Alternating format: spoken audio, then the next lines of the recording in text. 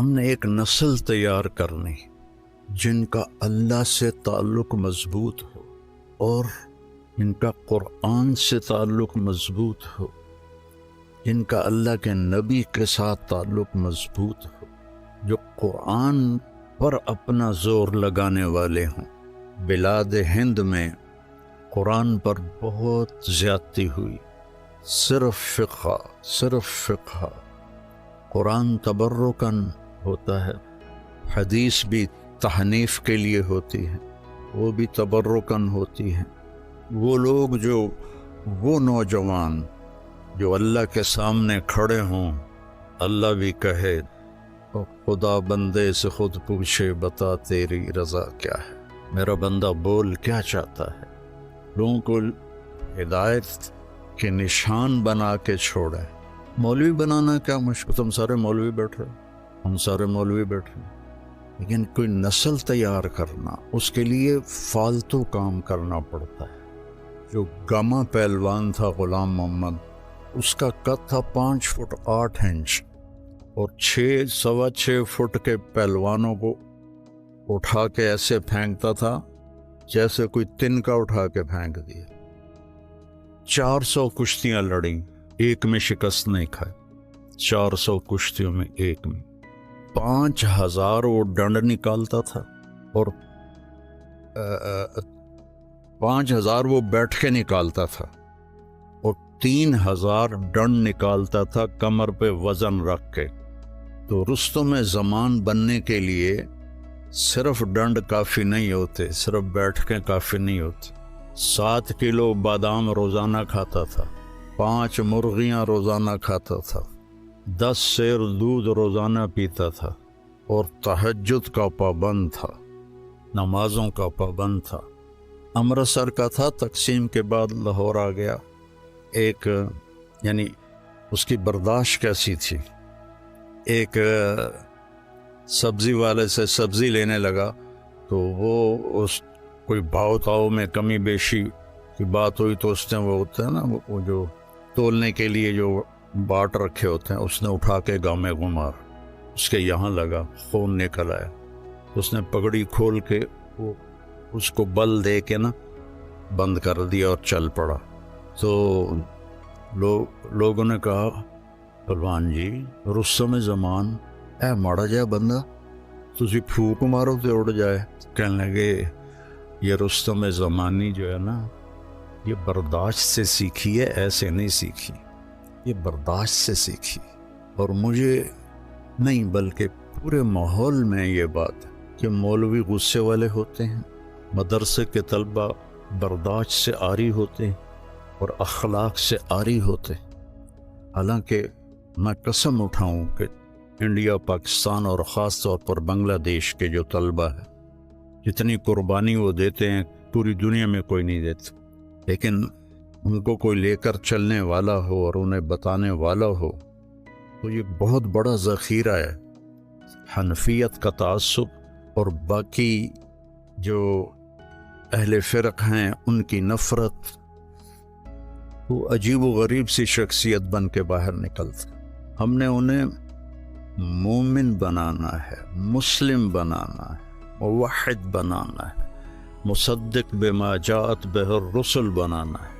ہاں، ہماری ترجیحات میں ابو حنیفہ ہیں رحمہ اللہ تعالی، اس کی جو تعبیر اہل دیوبند نے کی ہے اس کو ہم زیادہ صحیح سمجھتے ہیں، لیکن باقیوں کے لیے نفرت پالنا، باقیوں کے لیے بغض پالنا، باقیوں کے لیے حقارت پالنا، تو پھر ہم نے کچھ بھی نہیں سیکھا۔ اور پھر اللہ نے ہمیں دعوت کی نسبت دی ہے۔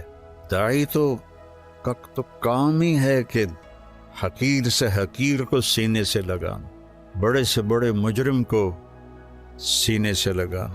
قولا لہ قولا لینا لعلہ یتذکر او یخشی۔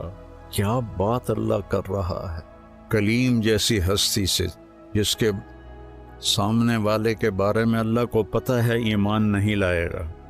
قولا لہ قولا لینا فبما رحمت من اللہ لنت لہ ولو کنت فظا۔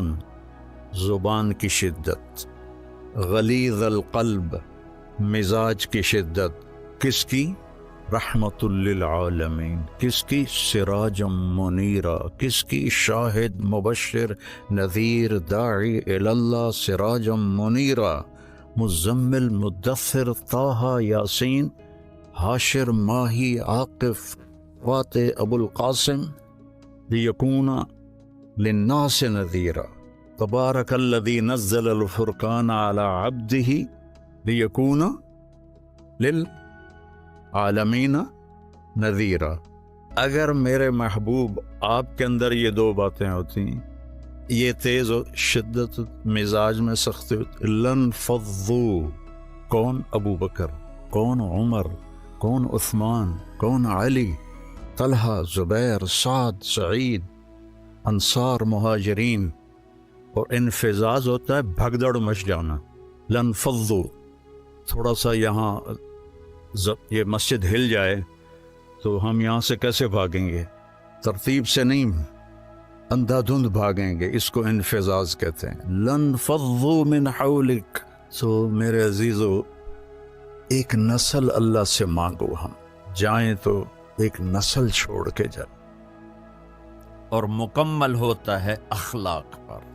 یہ بلڈنگ مسجد ہو یا مندر ہو یا گھر ہو یا گردوارہ ہو یا گرجا ہو، ہوٹل ہو، ہاسپٹل ہو، بنیاد سے شروع ہوتا ہے اور چھت پہ جا کے مکمل ہوتا ہے۔ سہیل صاحب نے اس وقت بلایا جب چھت مکمل ہو گئی۔ چھت نہ ہو تو نہ گھر میں بیٹھا جا سکتا ہے، نہ مسجد میں، نہ دفتر میں، نہ ہاسپٹل میں۔ تو میرے نبی نے ایک دو حدیثیں سناتا ہوں جس سے پورے اسلام کی تصویر سامنے آ جائے گی۔ آپ نے فرمایا بنی الاسلام علی خمس، اسلام کی بنیاد، آ گئی بنیاد، عمارت سے تشبیہ دی ہے، عمارت سے۔ اسلام کی بنیاد ہے 5 چیزیں، لا الہ الا اللہ محمد رسول اللہ کی گواہی، 5 وقت کی نماز، اور 1 مہینے کا روزہ جو ابھی انشاءاللہ رمضان آ رہا ہے، اور زکوٰۃ 4 مالداروں کے لیے، اور حج 5واں مالداروں کے لیے۔ حج اور زکوٰۃ میں اللہ تعالیٰ نے تھوڑا سا فرق کر دیا کہ جس کے پاس پیسہ فالتو 1 سال پڑا رہے تو زکوٰۃ دے 2.5%، اور جس کو اللہ نے دولت دی ہے، صحت بھی دی ہے، تو وہ جا کے میرے گھر کا حج کرے زندگی میں صرف 1 دفعہ۔ اسلام کی بنیاد میں 5 پتھر پلر بنائے گئے ہیں، کلمہ، نماز، روزہ، زکوٰۃ اور حج۔ یہ تو بنیاد ہو گئی۔ بنیاد کوئی ڈال دے تو وہ یہ نہیں کہتا جی یہ میرا گھر ہے، کہتا جی یہ گھر بن رہا ہے۔ بنیادیں پڑی ہوں، کوئی نہیں کہتا یہ مسجد ہے، کہ جی یہ مسجد بن رہی ہے۔ کوئی نہیں کہتا جی یہ میرا دفتر ہے، کہتا جی دفتر بن رہا ہے، یہ ہاسپٹل بن رہا ہے، یہ مندر بن رہا ہے، یہ گرجا بن رہا ہے، یہ گردوارہ بن رہا ہے۔ کوئی اس کو کوئی نام نہیں دیتا جب تک چھت نہ پڑ جائے۔ تو ہمارے پاس جو اس وقت اسلام ہے وہ بنیادی اسلام ہے، صرف نمازی، روزہ، زکوٰۃ، حج، وہ بے جان ہے چونکہ چھت کوئی نہیں ہے، لیکن یہ بھی آخرت کے ہمیشہ کے عذاب سے بچانے والا ہے۔ اب چھت پہ جا کے چیز مکمل ہوتی تو اسلام کی چھت کیا ہے جہاں جا کے اسلام مکمل ہو جائے؟ تو میرے نبی کی دوسری حدیث اس کے ساتھ جوڑ لو۔ آپ نے فرمایا انما بعثت لاتمم مکارم الاخلاق، میں دنیا میں اس لیے آیا ہوں کہ تمہارے اخلاق کی چھت بنا دوں، تمہارے اخلاق مکمل کر دوں۔ تو میں 2 لفظوں سے یہ بات کر رہا ہوں، ایک بنیا پہلی حدیث میں، ایک اتممہ دوسری حدیث میں، کہ اسلام شروع ہوتا ہے عبادت سے اور مکمل ہوتا ہے اتممہ۔ اتممہ ہوتا ہے پوری طرح مکمل کرنا اور اچھی طرح مکمل کرنا۔ جیسے اس میں اب قالین بھی بچھ گیا ہے اور چھت بھی پڑ گئی ہے اور باقی چیزیں بھی آ گئی، اس کو کہتے ہیں اتممہ۔ چھت پڑ جائے، لائٹیں نہ لگی ہوں، فرش نہ بنا ہو اور قالین نہ بچھو تو اتممہ کا لفظ نہیں بولا جائے گا۔ تو میرے محبوب نے فرمایا کہ میں تمہارے اخلاق کو پوری طرح مکمل کرنے کے لیے آیا ہوں۔ اور ادھر فرمایا اسلام کی بنیاد 5 چیزیں ہیں۔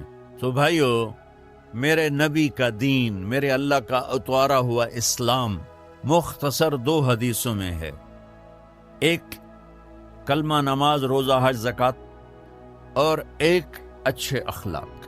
ایک حدیث اور ساتھ سنا دوں تو اچھے اخلاق کیا ہوتے ہیں وہ سامنے آ جائے گا۔ میرے نبی سے پوچھا گیا، یا رسول اللہ مل اسلام؟ عمر بن عبسہ نے پوچھا، یا رسول اللہ اسلام کسے کہتے ہیں؟ تو آپ نے فرمایا اطعام الطعام و طیب الکلام۔ سبحان اللہ۔ آپ نے فرمایا اسلام ہے میٹھا بول بولنا اور کھانا کھلانا۔ یہ نہیں کہ ہر بولتے گال کرنی، ہر بولتے گال کرنی، کھوتے انہوں میں گالیں کٹی جاندے ریڑیاں والے۔ تو میرے نبی نے فرمایا اسلام کیا ہے؟ میٹھا بول بولنا اور کھانا کھلانا۔ پہلی حدیث میں اسلام کیا ہے تو آپ نے کہا نماز پڑھنا، کلمہ پڑھنا، روزہ رکھنا، زکوٰۃ دینا، حج۔ یہ ابتدا ہے۔ اب انتہائی اسلام اخلاق پر ہے۔ تو اب یہ جو سوال کرنے والا ہے نا، یہ آخری حج کے موقع پہ سوال کر رہا ہے۔ آخری حج میں ملاقات ہو رہی ہے۔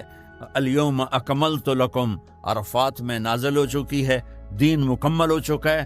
تو اب میرے نبی مکمل دین کی شکل بتا رہے ہیں۔ وہ کیا ہے؟ اطعام الطعام و طیب الکلام، کھانا کھلانا۔ اللہ کو بخیل سے پیار نہیں ہے، سخی سے پیار ہے، چاہے وہ غافل ہو۔ اور بخیل سے اللہ دوستی لگاتا نہیں، چاہے رات کا تہجد گزار، دن کا روزے دار ہو۔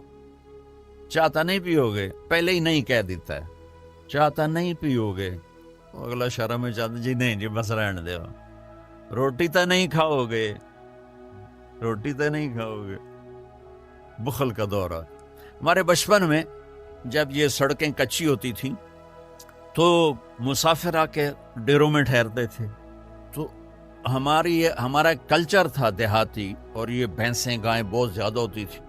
تو رات کو آنے والے مسافروں کو یا مہمانوں کو دودھ پلایا جاتا تھا۔ روٹی کھلا دی مغرب کے فوراً بعد، اور عشاء کے بعد نوکر جاتا تھا اور سب کو دودھ پلاتا تھا۔ یہ ہمارا ایک کلچر تھا۔ تو گلاس ہوتے تھے اتنے بڑے بڑے، 3 پادا گلاس ہوتا۔ ہمارے دادے کے زمانے کا ایک بزرگ آ گیا مہمان، ہمارے دادا اور اس کے والد آپس میں بہت تعلق، آگے بہت تعلق، وہ پرانی عمر کے۔ تو نوکر گیا دودھ پلانے، اب گلاس آ گئے ایڈے ایڈے۔ پہلے گلاس ہوتے تھے اتنے اتنے تانبے دے، چاچا لال ہو نہ ہوئے، اس نے دودھ ڈال کے دیا نا تو کہتا پتر میں نہیں پیندا۔ اسا کیا چاچا کیوں؟ کہ پتر یہ 2 تو ود پیواں تو 2 پیواں تو میرا گزارا نہیں ہوندا، تے 2 تو ود پیواں تو بے غیرت بنا، تے گلاس ہے نہیں، گلاسی ہے، جا بھجا میں نہیں پیندا۔ تو آج کل کی مہمان نوازی ہے، چائے تو نہیں پیئیں گے، پہلے ہی نہیں کیتی جاندی۔ گڈی بھی تیار ہے تے کھانا بھی تیار ہے، کی کرو گے؟ وہ جو میں گڈی تے ہی جانا۔ ہمارے بچپن میں رات 12 بجے مہمان آتا تھا نا، تو ہماری دادیاں نانیاں کہتی بسم اللہ بسم اللہ، برکت آ گئی، برکت آ گئی، برکت آ گئی۔ آج دن کے 12 بجے میں مہمان آ جائے تو ہماری بیگمات کہتی ہیں بتائے بغیر آ جاتے ہیں، منہ اٹھا کے آ جاتے ہیں، بتائے بغیر آ جاتے ہیں، منہ اٹھا کے۔ حالانکہ جب کہ آج کل پکانا کتنا آسان ہے، کتنا آسان ہے۔ تو بخل کا زمانہ آ گیا ہے۔ تو میرے نبی نے فرمایا پوچھ اسلام کیا ہے؟ کا کھانا کھلانا۔ چلو ایک آدمی غریب ہے، اس پر روٹی کوئی نہیں، میٹھا بول تو بول سکتا ہے، زبان تو اللہ نے سب کو دی ہے۔ تو اگر ہم نے کہا میٹھا بول، کھانا کھلا۔ کھانا ہر آدمی یقینی بات ہے نہیں کھلا سکتا، کہ اتنے کم وسائل ہیں کہ خود ہی وہ چٹنی سے روٹی کھاتا ہے۔ پھر اس نے پوچھا مل ایمان، یا رسول اللہ ایمان کیا ہے؟ تو آپ نے فرمایا الصبر والسماحہ، لوگوں کی برداشت کرنا اور معاف کرنا۔ یہ بھی اخلاق۔ پانی دینا یار۔ اب چھوڑیں گے، رمضان آ رہا ہے اور میرے نبی آمد سے پہلے منبر پر کھڑے ہوتے ہیں اور کہتے ہیں وہ کون آ رہا ہے، ماذا یستقبلکم وماذا تستقبلون،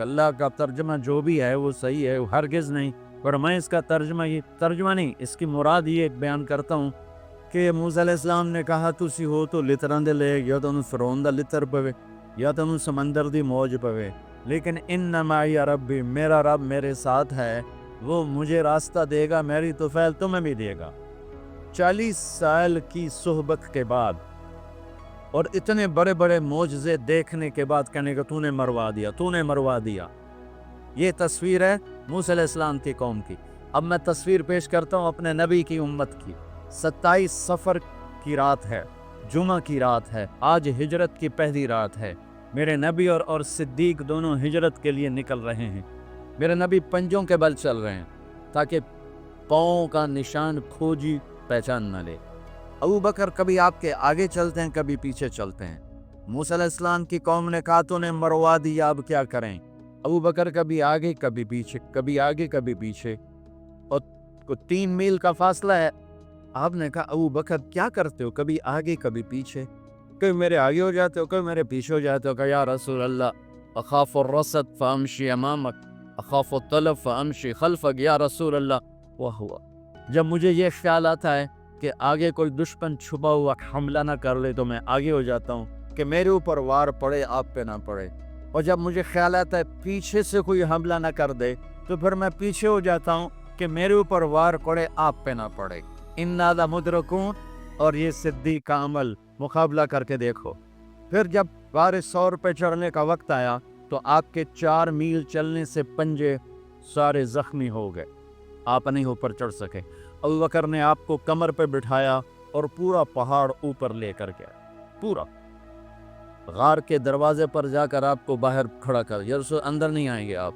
اندر گئے، اندھیرا تھا، ٹٹول کے سارے غار کے سوراخ پتھروں سے بند کیے، سوراخ باقی رہ گئے، پگڑی اتاری اور پھاڑ کے سوراخ بند کیے، پھر سوراخ باقی رہ گئے تو کرتا اتارا اور پھاڑ کے سوراخ بند کیے، سارے سوراخ بند کر کے ایک باقی تھا جس میں سانپ تھا، اس میں اپنی ایڑی ڈال دیا۔ یہ جو سانپ ڈس رہا تھا، اس میں علماء نے ایک بات اجر فرمائی ہے کہ وہ اپنے سانپ ہونے کی فطرت سے نہیں ڈس رہا تھا، وہ احتجاج کر رہا تھا ایڑی ہٹا، میں بھی دربار نبوت کا دیدار کرنا چاہتا۔ وہ سانپ اس لیے زور لگا رہا تھا کہ مجھے بھی تو دیکھنے دے صدیق، تو ہمیشہ دیکھتا، آج مجھے دیکھنے دے، آج میرے بار یا گٹ۔ یہ علماء نے یہ بات لکھی ہے، میں اپنی طرف سے نہیں کہہ رہا ہوں۔ جب سارے سوراخ بند اور سام والے سوراخ پہ ایڑی، یا رسول اللہ آئیے، آپ اندر آ گئے۔ اندھیرا دھوپ ہے، کچھ پتہ نہیں چلا۔ تھوڑی سی جب روشنی ہوئی صبح کی تو میرے نبی نے دیکھا صدیق کا نہ پگڑی اور نہ کرتا، تو آپ نے فرمایا ابو بکر اچھا بلا تو تھا، وہ کرتا کہاں گیا، تیری پگڑی کہاں گئی؟ تو انہیں دکھایا یا رسول اللہ یہ آپ سوراخ دیکھ رہے ہیں، مجھے ڈر لگا کوئی ان میں کوئی چیز ایسی تکلیف دینا ہو، تو میں نے پردہ پگڑی پھاڑ کے یہ سارے سوراخ بند کیے۔ تو میرے نبی چھلک پڑے، ایک دم روئے اور ہاتھ اٹھے، اللہ میں ابو بکر سے راضی ہوں، تو بھی اس سے راضی ہو جا، اور یا اللہ اسے جنت میں میرا ساتھی بنا دے۔ اسی وقت جبریل اترے، یا رسول اللہ ابشر، یا رسول اللہ خوشخبری ہو، اللہ آپ کے ابو بکر سے راضی ہو گئے اور جنت میں آپ کا ساتھی بنا دیا۔ ہاں، اللہ نے امت دی، وہ امت کہہ رہی ہے تو نے مروا دیا، اب ہمیں بتا تم ڈوب یا بچا، ہمیں بتا ہم کیا کریں۔ اور یہ امت کہہ رہی ہے آگے سے وار ہو تو میں برداشت کروں، پیچھے سے وار ہو تو میں برداشت کروں۔ بنو اسرائیل نے سمندر کو پھٹتے دیکھا اور 4 قدم چلے ہیں تو مروا علی قوم یعکفون اسلام لہم، کیا دیکھا کہ کچھ لوگ بتوں کی پوجا کر رہے ہیں، تو 40 سال کی صحبت اور فرعون کا ڈوبنا، سمندر کا پھٹنا دیکھنے کے بعد کہنے کہ موسیٰ اجعل لنا الہا کما لہم آلہہ، موسیٰ ہمیں بھی ایک خدا ایسا لے کے دو جیسے ان کا پتھر کا خدا، وہ پھٹے منہ توڑا۔ تو کتنے بوجھ سے دیکھ کر بھی تم پتھر کے بت مانگتے ہو، انکم قوم تجہلون۔ یہ بنی اسرائیل کی مثال قرآن دے رہا ہے۔ میں اپنے نبی کی امت بتاتا ہوں، 2 نبی ہیں، ایک آگے ایک پیچھے، موسیٰ آگے ہارون پیچھے۔ اب مثال دے رہا ہوں کہ 2 نبیوں کی صحبت میں اور تھوڑی سی قوم ہے،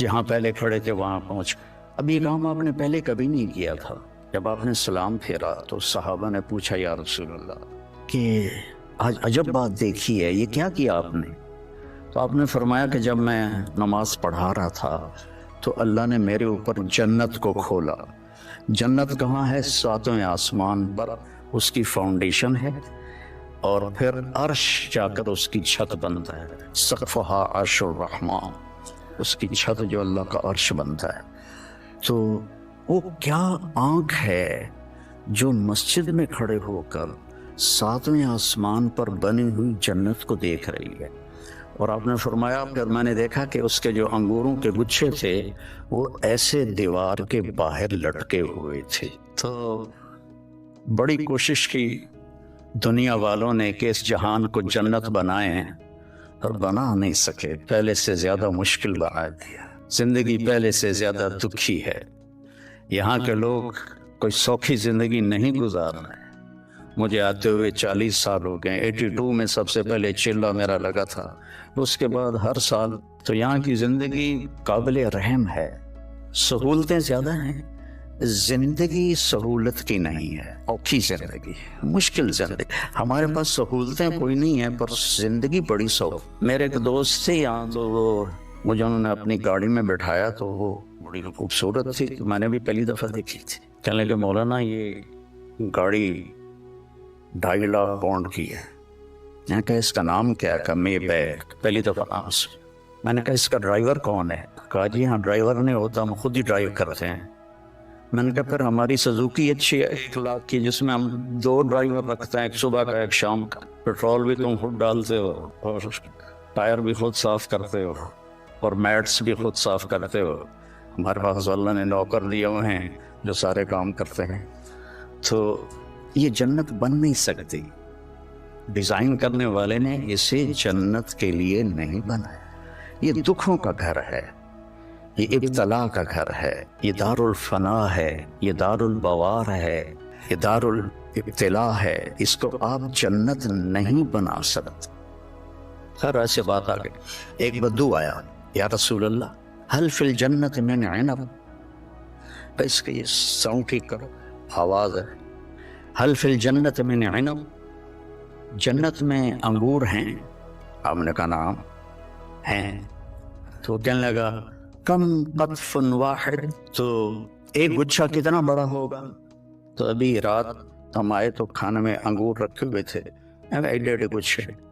تو آپ نے فرمایا مسیرۃ شہر للغراب لا یقع لا یفتر لا ینثنی، ایک گچھا انگور کا، ایک گچھا، ایک کوا 1 مہینہ سیدھا اڑے ایسے، لا ینثنی، نہ ادھر جائے نہ ادھر جائے، لا یفتر، نہ سست پڑے نہ کہیں رکے، اور پورا مہینہ اڑتا رہے، تو جہاں جا کے اس کی پرواز ختم ہوگی بعد 30 یوما فتلک قطف واحد، ایک گچھا 1 مہینہ کوے کی پرواز کے برابر ہو، تو وہ کیا چیز ہے، کیا جہان ہے۔ وہ دیہاتی تھا، کہنے لگا کم حبۃ واحدہ،